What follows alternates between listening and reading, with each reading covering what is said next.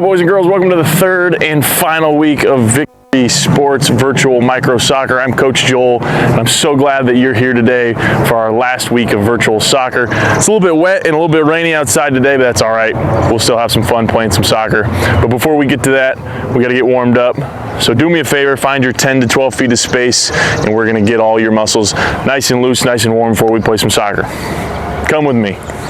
All right, now that you have your 10 or 12 feet of space, we're gonna do a little bit of a combination of the last two warm-ups. So the first thing you're gonna do is, remember from week one, we're gonna do high knees all the way to the other side, and then turn around, you're gonna do high knees on the way back. Remember, when you're doing high knees, you wanna drive your knee up as high as you can and take as many little steps as possible.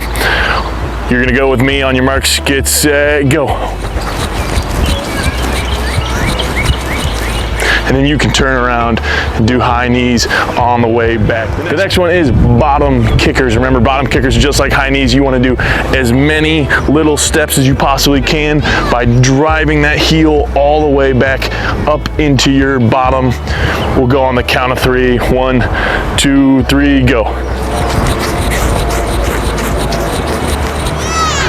And then turn around and do bottom kickers on the way back. Nice job. Now we're gonna do just a simple toe touch, so you can stand right where you are. You're gonna go bend down and try to touch your toes with your hands. Remember, try to keep your legs locked. Try to keep your knees straight. If you guys can remember, this is the one that I have a really hard time doing, so let's see how low I can get today. We're gonna go for 10 seconds. Ready, go. 1, 2, 3, 4, 5, 6, 7, 8, 9, 10. Oh my goodness, good job. I needed that one. The next one we're gonna do is the quad stretch, or remember the Flamingo stretch. You're gonna get your balance, pull your right leg with your right foot, pull that heel all the way back into your bottom, kind of like a bottom kicker, but we're gonna hold it for 10 seconds. On the count of 3, 1, 2, 3, go. 1, 2, 3, 4, 5, 6, 7, 8, 9, 10. My left side is a little trickier. I don't balance quite as well on this side, so I'm gonna have to put my arm up this time to help me balance. So on the count of 3, we're gonna do our left quad now. Ready, 1, 2, 3, go. 1, 2, 3, 4, 5, 6, 7, 8, 9, 10. Very good. Nice job. The last thing we're gonna do to warm up today are jumping jacks or star jumps. Remember how a jumping jack works. You start with your feet together, your arms down at your side, and you're gonna jump and spread your feet out to the sides. And as you're doing that, you're gonna raise your hands up over your head, touching your fingers together, just like that. We're gonna do 10 jumping jacks all together. Ready, set, go. 1, 2, 3, 4, 5, 6, 7, 8, 9, 10. Great job. All right, I don't know about you, but I'm definitely warmed up, ready to go, ready to get to a little soccer. So find your soccer ball and come follow me. All right, boys and girls, now that we're all warmed up, we're ready for our next skills and drills. Before we get to that, pop quiz for you. I'm gonna give you 3 seconds. I want you to yell out what skill we practiced last week. Ready, go. Time's up. I hope that you yelled passing, because that's the skill that we worked on last week. And remember, when we were passing, we wanted to use the inside part of our foot to pass the ball in the direction that we wanted it to go. And if you also remember about passing, we talked a little bit about how accuracy, or hitting the exact bullseye of where you want to aim, is a little more important than how powerful or how strong you can kick the ball. So that is going to carry over a little bit to today. What we're talking about in the skill and drill we're going to practice today is shooting. That's right, shooting. So I'm very lucky that I have my very own little soccer goal, soccer net with me today. But if you don't have a soccer goal or a soccer net, that's okay, because you can use a whole bunch of different things. You can use a wall, especially outside. You can use a box. You can use maybe a folding chair. Anything that is roughly the size or even a little bit smaller of a soccer goal that your mom or dad doesn't mind you kicking a soccer ball at will work perfectly for your makeshift soccer goal. So let's do our skills and drills time and work on shooting. All right, now that we're working on shooting, it's a little bit like passing, except there's a couple of differences that you want to make sure you're paying attention to. The number one difference is, instead of using the side of your foot, when you're shooting, I want you to try to use the laces of your shoe. So not your toe, because just like passing, if you use your toe, you're not always sure where it's going to go, but you want to use your laces just like that to drive the ball forward. Now, sometimes when you take a shot, when you shoot it, you can use the side of your foot, totally okay, but you're a little bit more power if you use of your toe. So try it both ways. Maybe to start, you can practice by just trying with the side of your foot, because that's more close to passing. And then once you feel comfortable doing that, I want you to try kicking it with the laces of your shoe. That's the number one thing. The number two thing that I want to talk about today is a little bit like passing. We're going to work on accuracy. So I've got my goal right here, and I'm going to take some shots, but I want to make sure that I pick a part of the goal that I'm aiming at. Because if I just aim at the goal, that's great. I might make it, but I might miss. Or when I get when we start playing real soccer, we'll have a goalie in there, and the goalie might be able to knock the ball away. So I want to make sure I pick a part of the goal that I'm aiming for, and I like to pick one of the corners. So I've got the corner down here, I've got a corner up down there, and I've got the top of the goal. This goal is in the shape of a circle, so there's no corners up top, but you can pretend that this part up here, the very top, is a corner. So if you don't have a goal at home, that's okay. You might be using a wall. You can even put maybe a little chalk. You can put a little chalk on your outdoor wall, a little X at the bottom, a little X at the top, or the other side of the bottom, and an X at the top. Those could be your 3 corners or 4 corners if you do it that way. If you're using a chair, pick the 4 corners of the chair. If you're using a box, you have 4 corners of a box. I want you to see if you can kick the ball right into each one of those 4 corners. So I hit the bottom corner,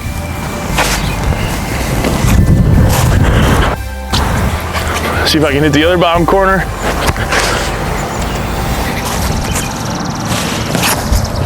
and then last but not least, I'm going to see if I can hit the very top of the goal. Just like that.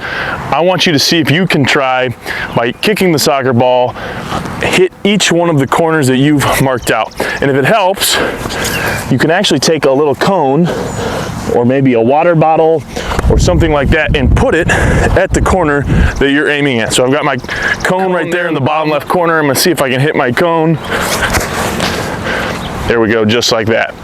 Now remember, you might have been watching me. I wasn't trying to kick the ball as hard as I possibly can. I was kicking it maybe a little bit harder than a pass, but I was taking enough of the power off so I can make sure that I hit the cone or hit the corner that I'm aiming for. As you start practicing shooting, I want you to take a little bit of that power off. Don't try to kick the ball as hard as you can. And I want to make sure you're hitting each one of the corners of your wall, your table, your goal, your chair. I want to see you practice hitting those corners. After you hit all the corners, then you can try to kick it a little bit harder, keep going and keep going.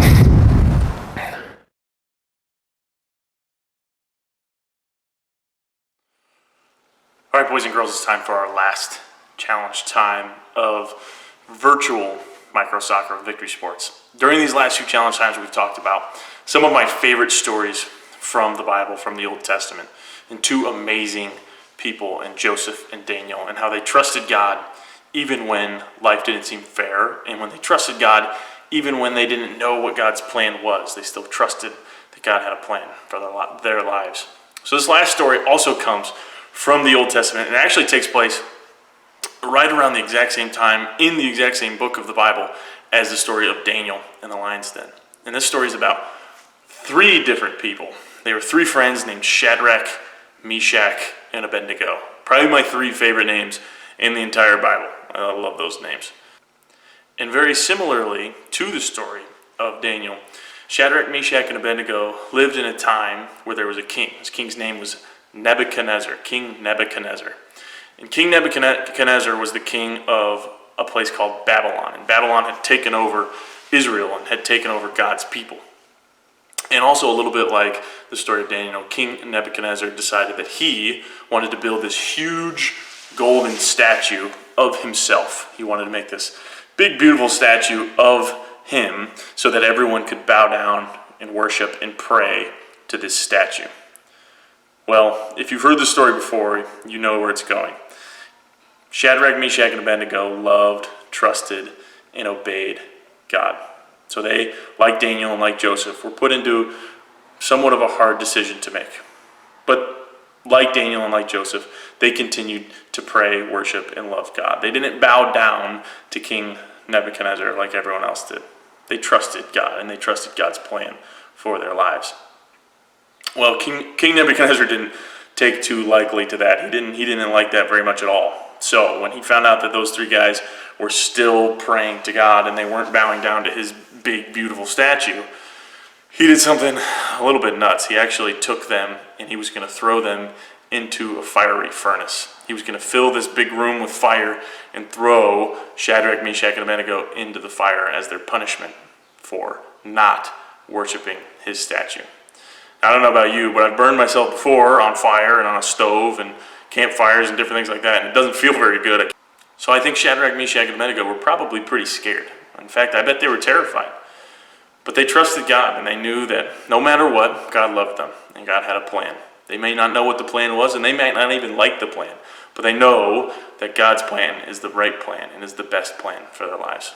So King Nebuchadnezzar takes those three guys and puts them into the furnace, but nothing happens. All three of them are safe. And not only that, there's actually not three people in the furnace. King Nebuchadnezzar and everyone else that was watching at that point saw 4 figures.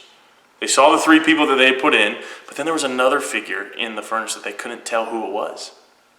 Now, we still actually don't really know who that 4th figure was. Could have been an angel, could have been something else. But what we do know is that God sent that figure to protect Shadrach, Meshach, and Abednego. That was God's plan. His plan was to protect those 3 men from the fire because they obeyed him and they didn't bow down to King Nebuchadnezzar.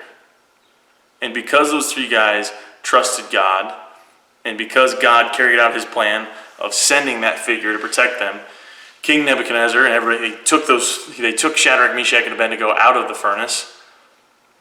And not only did those 3 guys survive, they didn't die, but King Nebuchadnezzar was so in awe and so shocked by what had just happened and by this 4th figure appearing to save Shadrach, Meshach, and Abednego that King Nebuchadnezzar actually then made a new rule that anyone could worship the one true God if they wanted to. And they should actually do that. They should worship the one true God. So God's plan was just that. God's plan was to change King Nebuchadnezzar's heart so that he wouldn't force people to worship him, but instead he would let people worship God. And God was able to carry that out because Shadrach, Meshach, and Abednego all trusted God and loved God and obeyed God, even when they were scared, even when they were terrified. So that's my final challenge to you guys. Even when you're scared, even when you're terrified, trust God and trust God's plan because he loves you. And he knows that you're scared. And that's okay. It's okay to be scared of those things. But trust God anyways. So, like Daniel, even when it's not fair, trust God's plan. Like Joseph, even when you have no idea what God's plan is, trust God's plan. And like Shadrach, Meshach, and Abednego, even when you're scared, trust God's plan. Because God loves you, and his plan for you, I promise you, is going to be what is best. Thanks for listening to this story with me. Let's pray. Dear God, thank you for this day. Thank you for this time that we could spend together, Lord, even though it's not maybe what we had planned for how we could spend time together. Lord, but we know it's what you had planned, and we know that your plan is best.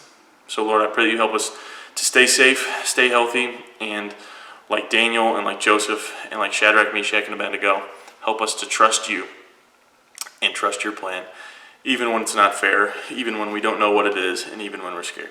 We love you. In your name, amen. All right, let's get back to it. All right, boys and girls, thanks again for listening to that story with me about Shadrach, Meshach, and Abednego, one of my other all-time favorite stories in the entire Bible.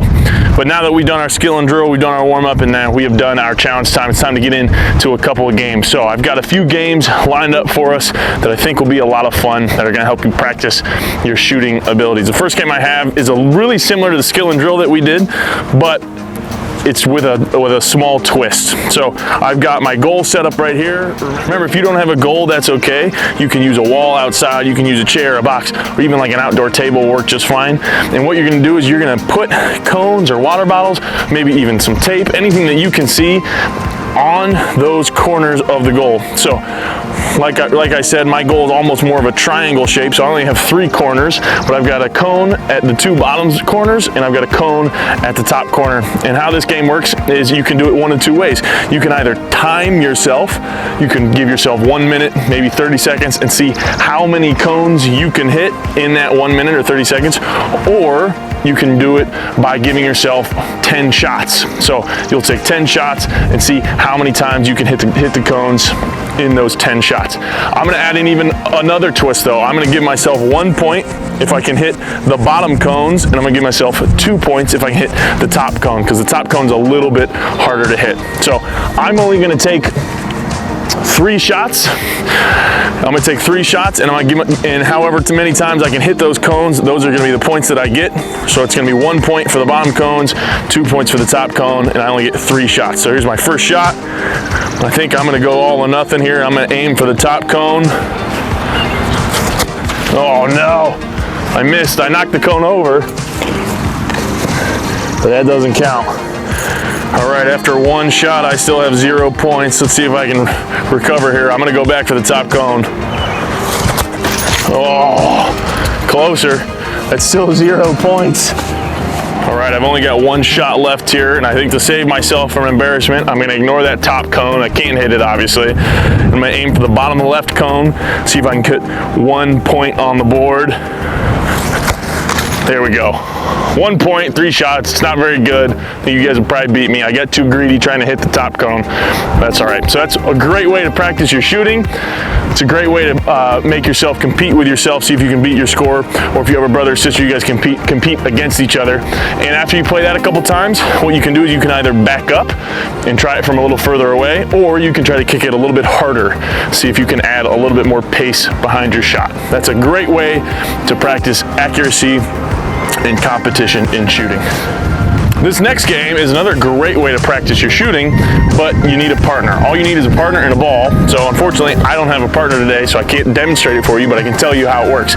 All it is, it's super simple. If you were with Micro Soccer and myself last year, we call this soccer tag. Soccer tag. So all you need is 1 opponent or a partner and 1 ball. And how it works is whoever has the ball is it, and the other person is not it. And you want to run around kicking the ball, trying to tag the other person with the ball. Now, there's a couple of very important rules. Number 1, you're not allowed to try to kick someone with the ball higher than their knees. So if you kick it and it goes too high and hits somebody in the chest or accidentally hits them in the head, that doesn't count. They are not it. You have to try to keep that ball lower than the knee. That's going to help you guys protect each other a little bit. We don't want anybody getting hurt. We just want to have fun.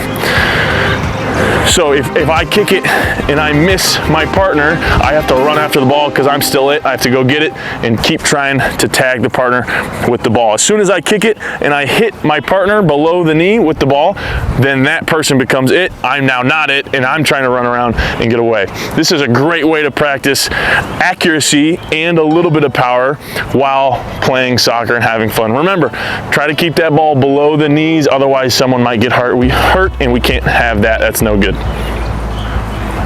Other games that work really well for practicing your shooting are soccer bowling that we practiced last week. You can do the exact same thing, except instead of using the side of your foot, try to use the laces of your shoe. It's a great way to practice shooting a soccer ball. And then the last game that I have for us actually doesn't have anything to do with necessarily shooting, but is another really, really great way to work on your soccer skills and practice your soccer skills. And I didn't have time in the other videos to demonstrate it. So all you need for this last game is a soccer ball. That's it.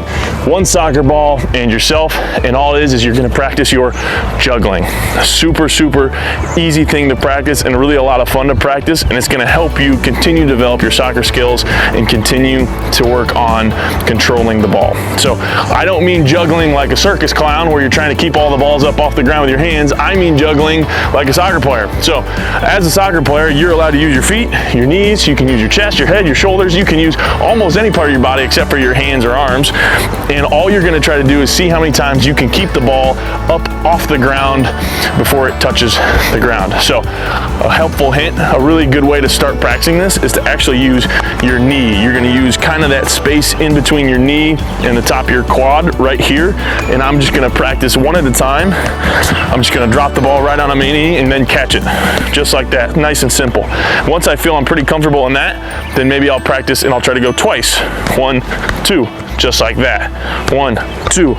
After I feel like I get 2 down, maybe I can go to 3. 1, 2, 3, and then keep going and keep going. After you feel comfortable enough, then you can just try to get as many as you can. Once you feel you've gotten pretty comfortable on your knees, then you can go down to your feet and see how many you can get. Now, the ball's a little flat, it's a little wet, and I'm not very great at juggling, but I'll see how I can do. 1, 2, 3, 4, 5, 6, 7, 8. Ooh, I lost it on my foot. That's usually how I end up losing it. I got 8. I bet you guys can beat that if you keep practicing.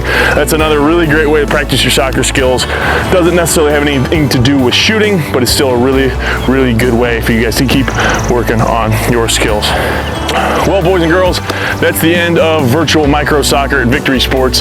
Thank you so much for joining me these last 3 weeks. I had so much fun with you. I really wish we could have gotten to meet together this spring at Hoffman Park and play some games and have some fun, but that's okay. In the meantime, enjoy these videos, have fun, stay safe, stay active. I love you guys, and I will see you soon. See you later.